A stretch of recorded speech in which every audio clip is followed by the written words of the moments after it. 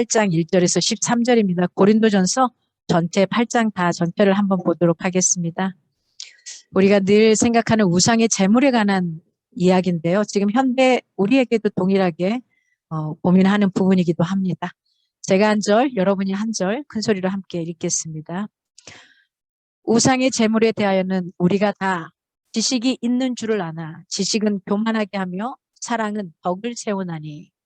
만일 누구든지 무엇을 아는 줄로 생각하면 아직도 마땅히 알 것을 알지 못하는 것이요. 또 누구든지 하나님을 사랑하면 그 사람은 하나님도 알아주시느니라. 그러므로 우상의 재물을 먹는 일에 대하여는 우리가 우상은 세상에 아무것도 아니며 또한 하나님은 한 분밖에 없는 줄 알라. 비록 하늘에나 땅에나 신이라 불리는 자가 있어 많은 신과 많은 주가 있으나 그러나 우리에게는 한 하나님 곧 아버지라는 신이 만물이 그에게서 났고 우리도 그를 위하여 있고 또한 한 주 예수 그리스도께서 계시니 만물이 그로 말미암고 우리도 그로 말미암아 있느니라.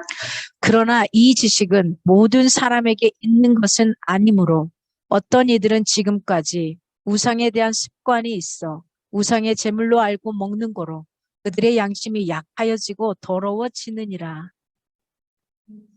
우리를 하나님 앞에 내세우지 못하나니 우리가 먹지 않는다고 해서 더 못 사는 것도 아니고 먹는다고 해서 더 잘 사는 것도 아니니라. 그런즉 너희의 자유가 믿음이 약한 자들에게 걸려 넘어지게 하는 것이 되지 않도록 조심하라.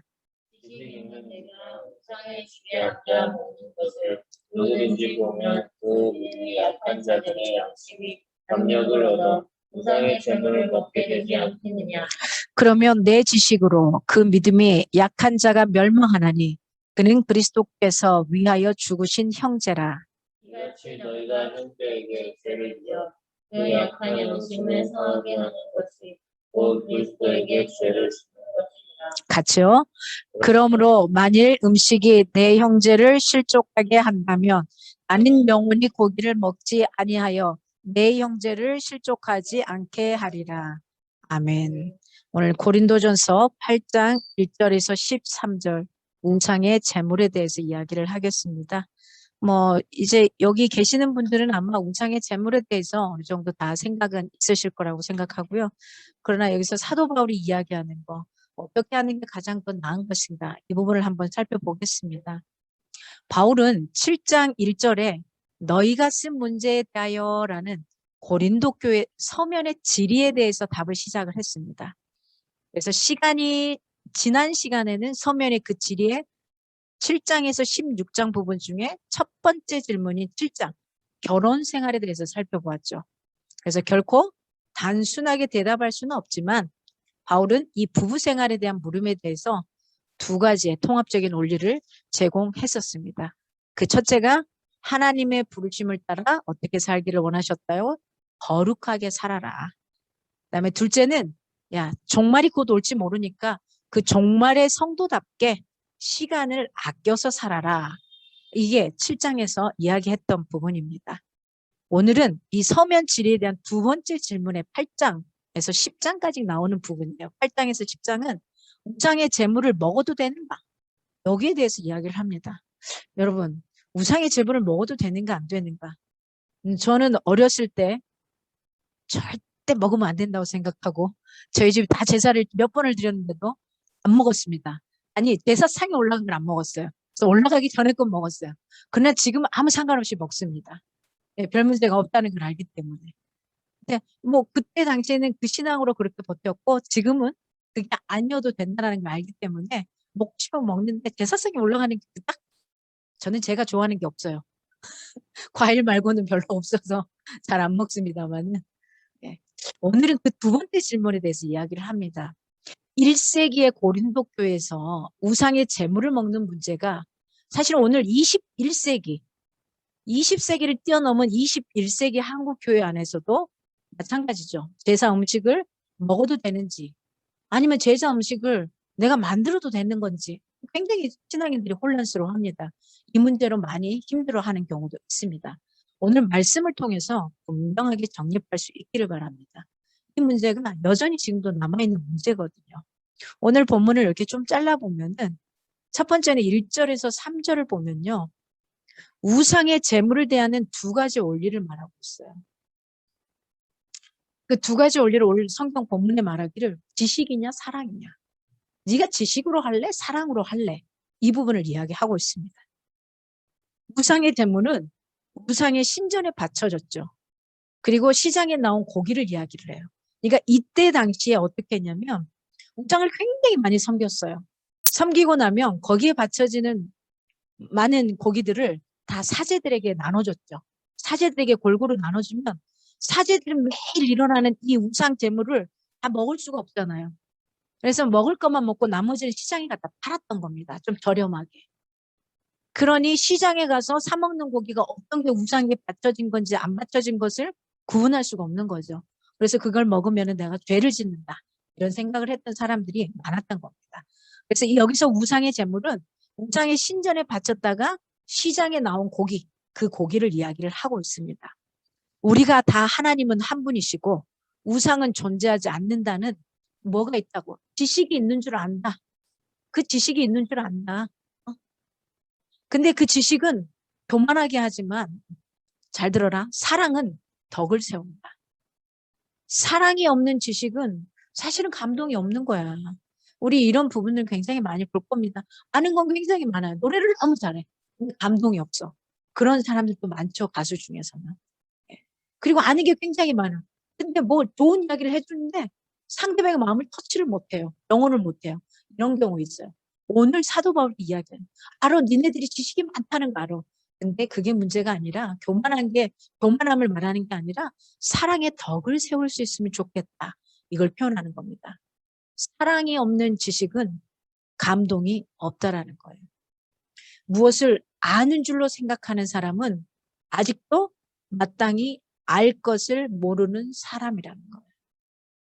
누구든지 하나님을 사랑하면 그 사람은 하나님도 알아주셔요. 내가 나를 높이지 않아도 그냥 하나님이 알아서 높여주셔요. 내가 누군가에 가서 막 어필하지 않아도 하나님이 그냥 가서 막 나를 높여주시는 걸 경험하는 그런 순간들이 있을 겁니다. 제가 그 석박사를 할 때 교수님이 저한테 물어보셨어요. 또 제 인생에 떼놓을 수 없는 게 우리 박양식 교수님, 목사님이신데 교수님이 저한테 질문을 던지셨어요. 한참 졸고 있는데 석사님 막 졸고 있는데 이상아 문화가 뭐라고 생각해? 저 이제 문화 전공자입니다. 문화가 뭐라고 생각해? 그때는 진짜 졸다가 들으면 여러분 어떻게 반응하는지 모르겠는데 저는 너무 솔직해가지고 못 들었습니다. 잤습니다. 그랬어요. 그랬더니 교수님 막 웃으셨어요. 그러고서 그냥 웃으면서 다른 사람에게 질문이 넘어갔고 제가 석사를 마치고 박사를 갔을 때 수업 시간에 동일하게 또 한 번 물으셨어요. 문화가 뭐라고 생각하냐고. 문화가 뭐라고 생각하냐고 다시 물으셨어요. 근데 그때는 정말로 제가 대답을 어떻게 했냐면 모르겠습니다. 그랬습니다. 모르겠습니다.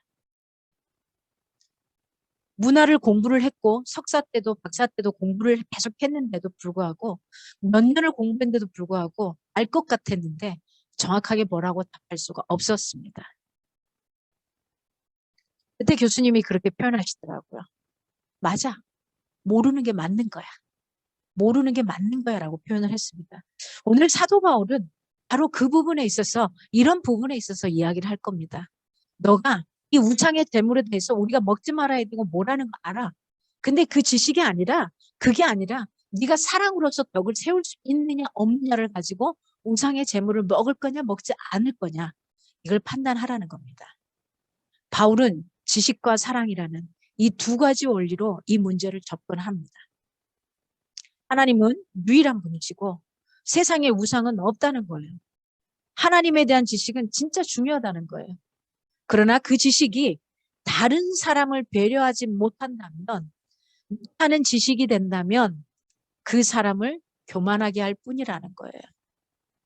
상대의 상황들을 봐야 된다는 겁니다. 지식은 꼭 필요해요. 그러나 그 지식에는 한계가 있다라는 겁니다. 한계를 지니고 있다는 거예요. 예를 들면 이런 거죠. 분파 문제. 또는 음행의 문제, 또는 송사의 문제, 또는 뭐 성찬의 문제, 은사의 문제, 이것들도 다 모두 이웃을 배려하는 공동체 의식이 결여된다는 거죠. 사랑이 여기에 더해지지 않으면 이게 다 교만으로 끝나버려요. 교회 안에 은사를 가지고서도 얼마나 많이 힘든 상황들이 벌어집니까? 여러분, 그 어떤 것도 사랑이 더해지지 않는 지식 자체만으로 가는 것은 교만으로 끝날 수밖에 없다는 걸 놓치지 않았으면 좋겠습니다. 지식이 필요합니다. 필요 없다를 말하니까 아니에요. 오늘 사도 바울이. 그러나 그 지식은 한계를 가지고 있다는 거예요. 지식에 플러스 사랑을 덧입힌다면 훨씬 나은 삶을 살아갈 수 있다는 겁니다. 누군가가 무엇을 안다고 생각하는 사람은 아직은 더 배워야 할 사람입니다. 여러분, 결혼한 지 10년이 됐습니까? 3년이 됐습니까? 얼마 되셨습니까? 두 분은? 5년. 둘이 아시겠습니까? 부부가 어떻게 살아가는지 알겠습니까? 이 화면 속에 계시는 분들 10년, 20년, 30년, 50년 되신 분도 계실 겁니다. 아시겠냐고요. 제가 캄보디아 현장에서 모셨던 목사님 43년을 살았는데 지금도 치열하게 싸웁니다. 근데 어떨 때 말하는 걸 보면은 막 진짜 뭐 큰일 날 것 같은, 정말 막 뭐라고 표현해야 될지 뒤에서 안절부절 못하는 저를 발견하게 돼요. 그런데 그 두 분이 차에서 내리는 순간 아무렇지도 않게 또 가요. 그러면서 이런 표현합니다. 우리는 떨어져 있으면 왠지 불안하고 샴 쌍둥이 같다는 표현을 하셔요. 두 분이 다. 다 알 수는 없지만, 어떻게 다 알 수는 없지만, 그게 뭔지는 모르지만 계속 배워가면서 부부라는 만남들이 이루어져 가는 것 같아요. 그래서 상대방의 마음을 때로는 못 읽어주면 읽어주는 방식을 알아가게 되고, 또 내가 상대방에게 맞춰가기 위해서 그 마음으로 또 한마디 할 것을 두 마디로 줄이기도 하고, 또 두 마디 해야 될 것을 세 마디로 늘려주기도 하고, 상황에 따라서 달라지는 거죠. 여러분, 부부로 살아간다는 거, 내가 형제자매로 살아간다는 거, 자녀로 살아간다는 거, 엄마 아빠로서 살아간다는 거, 이거 다 우리가 계속해서 배워가야 할 사람이라는 거죠. 참된 지식은 연약한 자를 배려하고 공동체의 덕을 세우는 그 사랑을 겸해야만 합니다. 마찬가지입니다. 교회 안에서 반드시 이게 이루어져야 하는 겁니다. 우리가 지식이 있으면 있을수록, 다른 사람보다 알면 알수록 교만하게 다른 사람이 모른다고 무시하는 게 아니라 그 나보다 모르는 그 연약한 자들에게 어떻게 사랑으로 그들의 필요를 채워줄 수 있는 저와 여러분, 그게 바로 선한 영향력을 미치는 사람이 아닌가 싶습니다. 오늘 이 우상의 제물에 대해서 두 번째로는 4절에서 6절의 이야기를 하고 있습니다. 하나님과 우상에 대한 바른 지식, 유일하고 하나님과의 거짓된 우상, 이걸 유일하신 하나님과 그 거짓된 우상에 대해서 이야기를 하고 있어요. 참 하나님은 여러분 한 분밖에 없다는 것을 인정하십니까? 우상은 실제로 존재할까요? 존재하지 않는다는 거죠. 하늘과 땅에 있는 많은 신과 많은 주들 모두 사람이 만든 그냥 우상, 어떤 형상으로 만들어 놓은 껍질, 아니면 그 뭐 그림으로 목각으로 조각해 놓은 그 모습이 우상인 거죠. 여러분, 이 모든 것들은 그냥 우상에 불과하다. 우상은 실제가 아니라는 거예요. 한 하나님, 이분은 우리의 창조주 아버지이신 거죠. 이분은 이 범주에 들어가지도 않습니다. 실제하기 때문에. 우상은 실제하지 않는데 캄보디아에 있는 친구들은 재밌습니다. 귀신을 굉장히 잘 봅니다. 그런데 어느 날은 막 귀신하고 밤새 싸우느라 잠을 못 잤대요. 그리고 가보면은 자기가 막 싸웠던 게 나무 한 그루인 거예요. 때로는 이렇게도 갑니다. 내 앞에 내가 헛것을 두고서 그게 귀신이라고 생각할 때도 있고 그게 다른 뭔가 우상이라고 생각할 때도 있는데 그러지 못할 때가 참 많다라는 거죠. 우상은 실제하는 게 아니라 내 머릿속에서 사람들이 어쩌면 우리가 편안하고자 위안, 안일함, 평안함을 느끼고자 만들어 놓은 그거죠. 그래서 우리도 십자가를 만들어 놓거나 하는 경우가 사실은 어찌 보면은 그게 상식적인 물건이기도 하지만은 자칫 잘못하면 우상으로 흘러갈 수 있기 때문에 이건 우리가 좀 조심해야 될 부분이기도 하죠.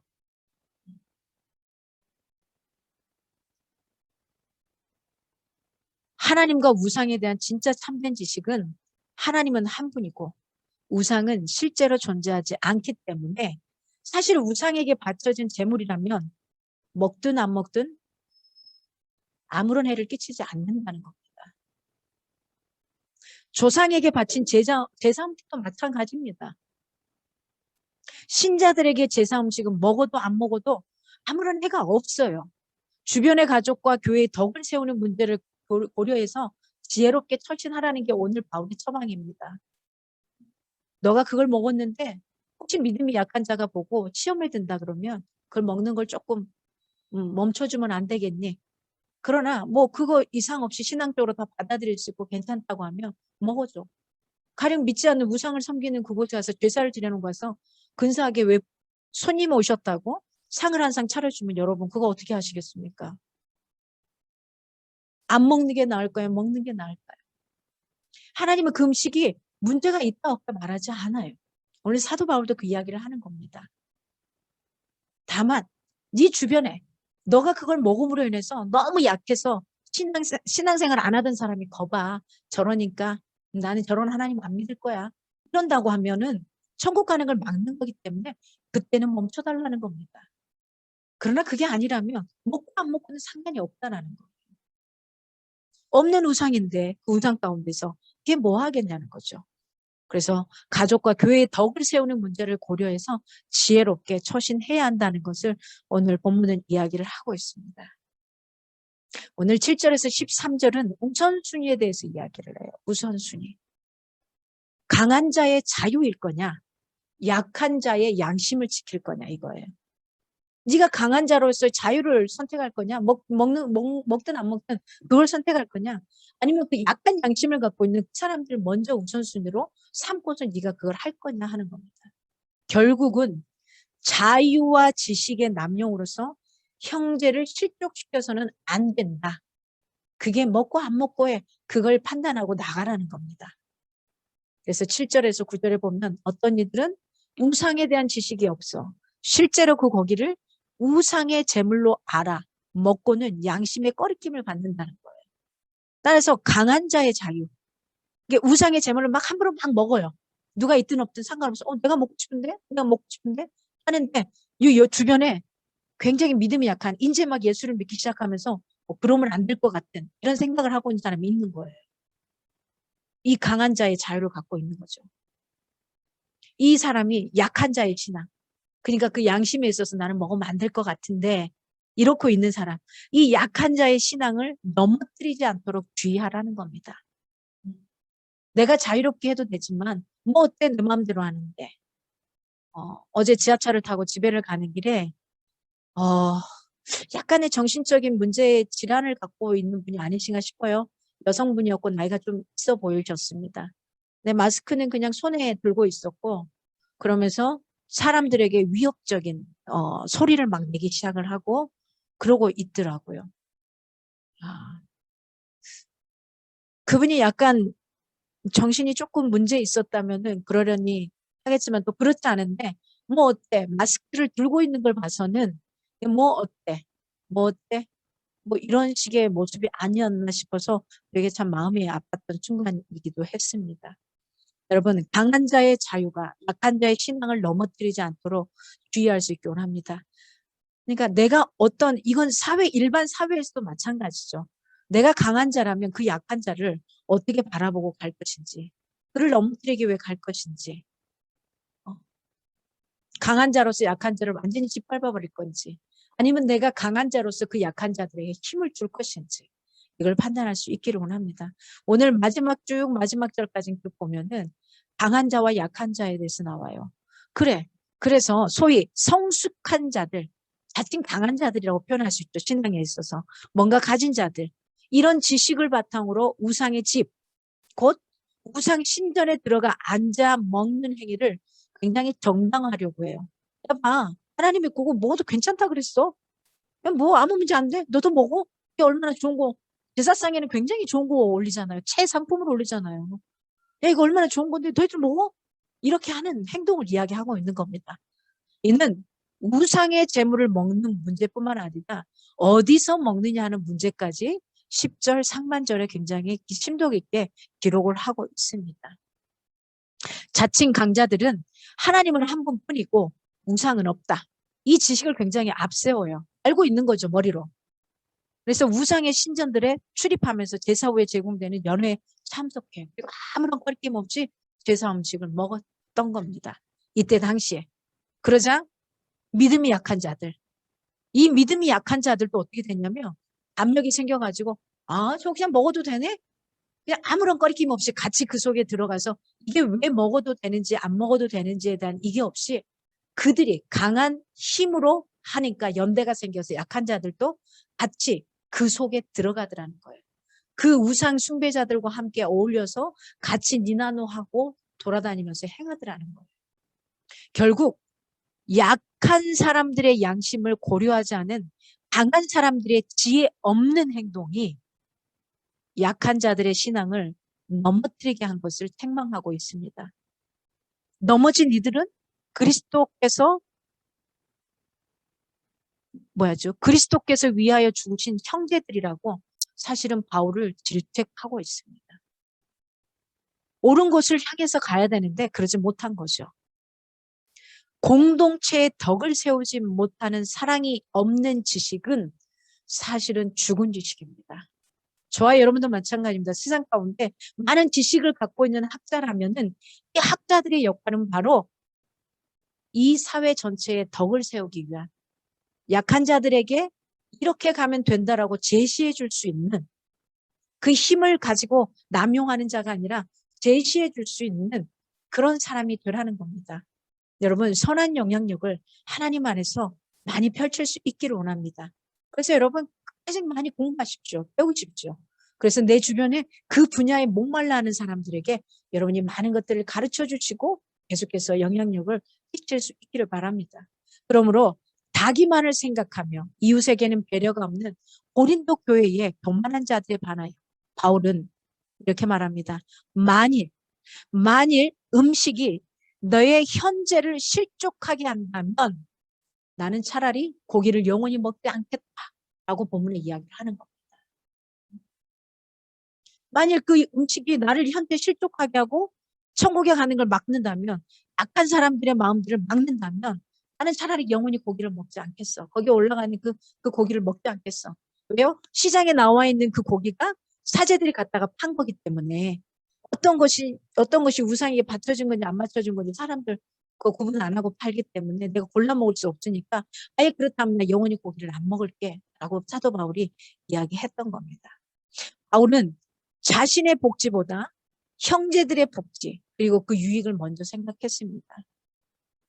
바울의 주된 관심은 덕을 세우는 사랑입니다. 교회 안에 우리가 가져야 될 건 바로 여기에 있습니다. 덕을 세우는 사랑이 있어야 됩니다. 아무리 많은 은사를 가지면 뭐 하겠습니까? 덕을 세우는 사랑이 없다면 그건 그 어떤 것도 필요 없는 무용지물이 되고 말 겁니다. 참된 성숙은 참 지식과 함께 연약한 자들을 배려하는 사랑이 있을 때만 교회 공동체는 훈훈하게 성장해 갈 수 있습니다.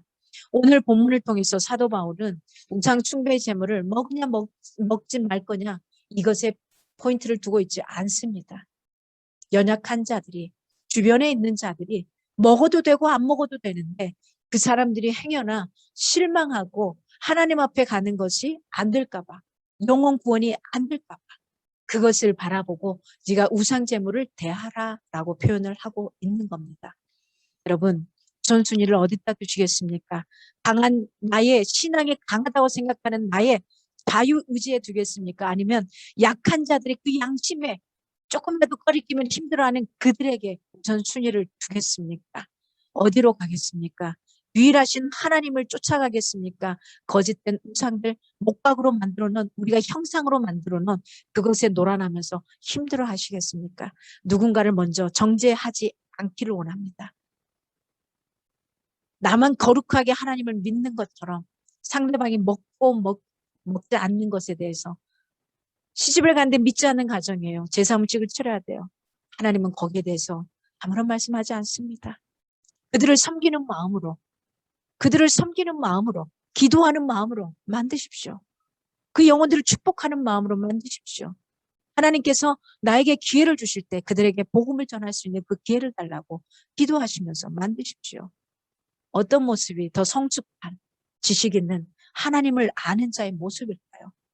지금 21세기 똑똑한 지식인들은 말합니다. 나 제사 음식 싫어서 남편과 헤어지겠어. 나 제사 음식 만들기 싫어서 스택하지 않겠어. 과연 이게 하나님이 기뻐하실 모습일까요? 어디로 흘러가야 될까요? 분명한 경계를 가지되 지식인지 사랑인지 알고 갈 수 있기 원합니다. 그걸 알고 주님은 그 자리로 들어가셨거든요. 그걸 알고 주님은 그들 가운데로 들어가셨거든요. 그들과 함께 지지고 볶고 사셨습니다. 여러분, 우리는 하나님께서 산으로 가라고 이야기하지 않습니다. 세상 가운데, 죄악이 난무한 그 가운데, 자기들만이 똘똘 뭉쳐 살아가는 그 우상들이 가득한 그 가운데 들어가서 내가 사랑으로 그들을 주님의 품 안으로 인도하기를 원하십니다. 우상의 재물, 어쩌면 저와 여러분은 내 자녀를 두고 우상의 재물처럼 살아가고 있는지도 모릅니다. 어쩌면 내 부모를 두고, 어쩌면 내 친구를 두고, 어쩌면 내가 생활하고 있는 직장에 있는 여러 사람들을 두고, 어쩌면 우리는 그렇게 살아가고 있는지 모릅니다. 이분법적으로, 지식적으로, 머리가 아니라 가슴으로 내려온 사랑으로 오늘 또 갈 수 있기를 원합니다.